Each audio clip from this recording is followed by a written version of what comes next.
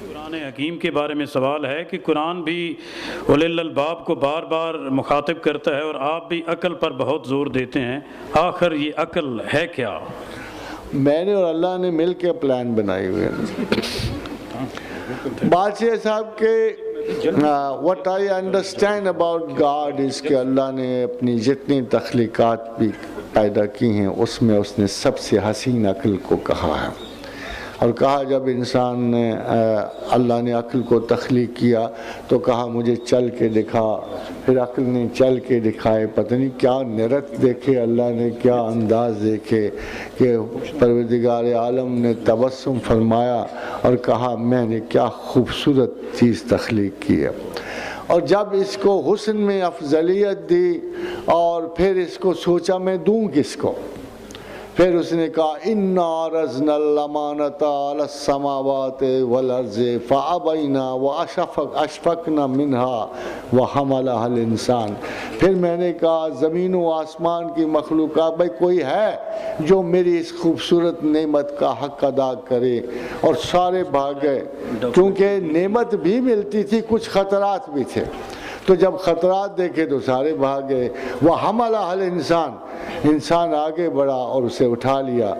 اللہ زیر لب، مجھے خیال آتا ہے کہ زیر لب مسکرایا ہوگا جب انسان نے یہ خطا کی ہوگی، اور زیر لب اسائڈ میں کہا، سامنے نہیں کہا ورنہ بندہ اسی وقت چھوڑ دیتا، ایک طرف ہو کے کہا انہو کانا ظلوما جہولا، بڑا ظالم اور بڑا جاہل ہے یہ، اس بیوقوف نے سوچا ہی نہیں اور اتنی بڑی امانت اٹھا لی۔ تو خواتین و حضرات، ظالم و جاہل کے ہمیشہ ہی غلط معنی کیے گئے۔ جاہل وہ ہے جو رسپانسبلٹی کو ادا نہ کر سکنے کے باوجود اٹھا لے، جیسے انسان اس قابل نہیں تھا کہ عقل کا بوجھ اٹھاتا، وہ اٹھا لیا۔ اور ظالم وہ ہے جس نے دوسروں کے ساتھ تو چاہے انصاف، اپنے ساتھ بے انصافی کر گیا۔ تو سمپل ٹرانسلیشن یہ ہے کہ he overestimated himself and underestimated the job۔ اب آپ اگر خدا کی انہو کانا ظلوما جہولا کی مثال آج کے دن دیکھ لیں، 6.5 ارب انسان خدا سے دور، ایک آدھ ارب عادتاً یعنی ولایتاً جداً اور بالکل مجبوراً خدا کے ساتھ ہے۔ ان میں سے کتنے یہ ساتھ نبھاتے ہیں اللہ جانتا، ہم جانتے ہیں۔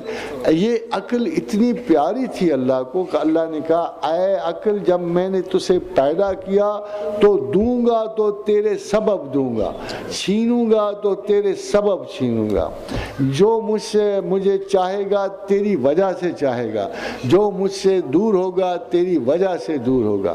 اب خواتین و حضرات، اگر اتنی امپورٹنٹ چیز تھی عقل، تو دیکھنا یہ ہے کہ بلائنڈ فیتھ کدھر گیا۔ بلائنڈ فیتھ کیا ہے؟ اللہ کے نزدیک انسان کا سب سے بڑا گناہ ہی بلائنڈ فیتھ ہے۔ معاف کیجئے گا، ہم میں سے اب بھی بڑے کہتے ہوں گے میں تو اللہ پہ آنکھیں بند کر کے یقین رکھتا ہوں، مگر اللہ اس کو بالکل اپریشیٹ نہیں کرتا۔ ان شر الدواب عند اللہ صم بکم الذین لا یعقلون، بدترین جانور اللہ کہتا ہے میرے نزدیک وہ ہیں جو عقل استعمال نہیں کہ معاف کیجئے گا، جب عقل کی بات ہو تو یہ ضروری نہیں کہ عقل اعلیٰ ترین لوگوں کی ہوتی ہے، وہ ارسطو اور افلاطون مراد نہیں ہے، بلکہ جلوہ بقدر ظرف، جلوہ بقدر ظرف نظر دیکھتے رہے، کیا دیکھتے ہم ان کو مگر دیکھتے رہے۔ یہ تو عقل کا اپنا ظرف ہے، ہر بندے پہ اتنا امتحان لاگو ہے جتنا اس کی عقل ہے۔ اور آپ دیکھیے تو صحیح کہ قبر میں ایک سوال سب کے ساتھ کیوں؟ امانت کی ادائیگی کا تقاضا سب کے ساتھ کیوں؟ اگر امانت اللہ کو سمجھنا ہے اور اگر سارے انسان ایک عقل کے نہیں ہیں تو پھر most of the people should tell God کہ یا اللہ ہم میں عقل تھی نہیں اتنی، ہم میں سمجھ اتنی، پھر تو ہم سے کیوں سوال پوچھتا ہے؟ مگر یقین جانیے کہ اگر خدا نے کسی اور انسان کو کوئی اور صلاحیت بخشی ہو یا نہ ہو تو اپنے عرفان کی سعادت اور اپنے آپ کو جاننے کی ایک سطح معرفت ضرور رکھے ہے، اسی وجہ سے وہ سب سوال کرتا ہے من ربوں کا، من نبی کا، اسی وجہ سے وہ سوال کرتا ہے۔ خواتین حضرات، پہلے ایک ضروری بات تھی کہ ہم لوگ تو، میں اہل حدیث کو کسی وقت بہت اپریشیٹ کرتا ہوں، انہوں نے پہلے اذان دے کے ہم تو پڑھ کے آ گئے نماز۔ ہو سکتا ہے کہ آپ میں سے کچھ نے نماز نہ پڑھی ہو، تو طریقہ کار تو یہی ہے کہ تھوڑے تھوڑے جا کے پڑھ لیں آپ، اور ہم بیٹھے ہوئے ہیں کیونکہ ہم تو پڑھ آئے ہیں نماز، سچی بات یہ، اسی لیے آپ کو 3:30 بجے کا ٹائم اس لیے رکھا تھا کہ کتنے اچھے لوگ ہیں جو پہلے وقت میں اذان دے دیتے، ہم پڑھ کے آ گئے ہیں، باقی باتیں چلو نہ مانو نا ان کی، نماز میں آسانی تو وہ دے دیتے ہیں جی۔ اب آپ مسئلہ یہ ہے کہ جن حضرات نے نہیں پڑھی وہ ساتھ ساتھ چلے جائیں، پڑھ کے واپس آ جائیں۔ ہم نے اب مغرب پہ اس کو اختتام پذیر کرنا ہے، کیونکہ as a matter of rule ہم رات میں جا نہیں سکتے، اور کچھ حالات کی وجہ سے بھی، کچھ سیکیورٹیز کی وجہ سے بھی، اس لیے ہم نے مغرب سے پہلے اس کو ختم کر دینا ہے، مغرب تک ختم کرنا۔ Now that we have done our job, we are relaxed، مگر کچھ لوگ جو نماز پڑھنی ہے وہ ضرور جا کے پڑھائیں ماشاءاللہ۔ صحیح ہے۔ سوال ہے کہ بندے کو کیسے پتہ چلے کہ اللہ تعالیٰ اس سے راضی ہے، اللہ تعالیٰ کا فضل کیسے تلاش کیا جائے؟ فَاذْكُرُونِي أَذْكُرْكُمْ وَاشْكُرُوا لِي وَلَا تَكْفُرُونَ۔ اللہ تعالیٰ نے ایک 2 قانون بنائے ہیں، اگر آپ کے علم میں ہو تو پھر آپ کو یقین ہوگا کہ اللہ آپ سے راضی ہے۔ ایک قانون میں کہتا ہے، وہ کہتا ہے کہ ما یفعل اللہ بعذابکم، مجھے کیا پڑی ہے کہ عذاب کروں، مجھے کیا پڑی ہے تمہیں تکلیف دوں، مجھے تو کوئی ایسا مرحلہ درپیش نہیں ہے، میں نے کسی سے بدلہ تھوڑی لینا ہے۔ خدا تو کہہ رہا ہے ما یفعل اللہ بعذابکم، مجھے کیا پڑی ہے کہ تمہیں تکلیف دوں، عذاب کروں، ان شکرتم و آمنتم، اگر تم مجھے یاد کرنے والے اور مجھ پہ ایمان رکھتے ہو تو تمہیں عذاب نہیں ہو سکتا۔ تو خواتین حضرات، عذاب تو گیا نا، ایک چیز تو گئی نا، اور بڑی سادگی سے گئی کہ اگر تم مجھے یاد کرتے رہتے ہو اور اگر تم پہ مجھے اچھا ایمان رکھتے ہو تو ایک کام تو ہوا کہ ما یفعل اللہ بعذابکم، مجھے کیا پڑی ہے کہ تمہیں عذاب کروں۔ دوسری بات دیکھیے گناہ کی، میں اب پچھلی میں اپنے بات میں گارنٹی دے بیٹھا ہوں، اس نے کہا جو مرضی گناہ کرو، اگر تمہیں میرا پورا یقین ہے اور میری رحمت پر یقین ہے تو جب بھی تم توبہ کے لیے پلٹو گے میں ضرور اسے قبول کروں گا۔ تیسری بات یہ ہے کہ فَاذْكُرُونِي أَذْكُرْكُمْ وَاشْكُرُوا لِي وَلَا تَكْفُرُونَ، کہ تم مجھے دیکھو، یہ بہت آگے کی بات ہے، یہ نہیں کہ تم اسے یاد کرو، اس نے کہا کہ تم مجھے یاد کرو میں تمہیں یاد کروں، تم مجھے یاد کرو میں تمہیں یاد کروں گا، وَاشْكُرُوا لِي، میرا شکر ادا کرتے رہو، میری یاد میں رہو، وَلَا تَكْفُرُونَ، اگر اس میں کفر نہ آیا، انکار نہ آیا تو میری تمہاری محبت قائم رہے گی، یہاں بھی، زمین پر بھی اور زمین کے بعد بھی۔ سب سے بڑا اگر اصول نکالیں نا ہم خدا کی رضا کا، محبت کا، رضامندی کا، تو وہ یاد پروردگار ہے، وہ اللہ کی یاد ہے، وہ تسبیح الہی ہے۔ اگر آپ فرائض کے بعد فَإِذَا قَضَيْتُم مَنَاسِكَكُمْ، جب تم حج کے مناسک ادا کر لو، فَاذْكُرُوا اللَّهَ كَذِكْرِكُمْ آبَاءَكُمْ، ایسے یاد کرو جیسے آباء و اجداد کو کرتے ہو، جیسے اپنے پیاروں کو کرتے ہو، او اشد ذکرا، ذرا زیادہ، کہ مجھے یہ احساس ہو کہ تم ہر چیز سے بڑھ کر مجھ سے انس اور پیار رکھتے۔ اللہ تو یہ پیار و محبت کی باتیں کرتا ہے، آپ سزا کی وہ کام باتیں کرتا ہے، سزا کا تو وہ ذکر بڑا کم کرتا ہے، اہل کفر کے لیے کرتا ہے، نہ ماننے والیوں۔ آپ لوگوں کو اس کا کیا پرابلم ہے؟ میں نے تو یہ بھی حدیث پڑھی ہے، لوگ کہتے ہیں آپ رجایت پسند ہو، کہ میری امت کو عذاب نہیں ہے، میری امت کو جو سزا ملنی زندگی میں ہی مل جائے گی، اس لیے اپنی صحتیں سلامت رکھو زندگی میں، اور اپنے آپ کو ہر اس قدم سے بچاؤ جو کسی وقت خدا کی رضامندی کو الٹیمیٹلی لے جائے۔ اسٹے بیک، اڑے رہو، حدود پوری نہ کرو، قطع نہ کرو، اڑے رہو، انجوائے کرو اللہ کی محبت اور دوستی، زمین پر بھی سرافراز ہو، جنت میں بھی ممتاز ہو۔ شکریہ پروفیسر صاحب۔ سر، یہ دو تین دوست یہ جاننا چاہتے ہیں کہ کیا انسان کی فطرت کو کسی طرح ڈھونڈا جا سکتا ہے؟ یہ کس طرح ممکن ہے؟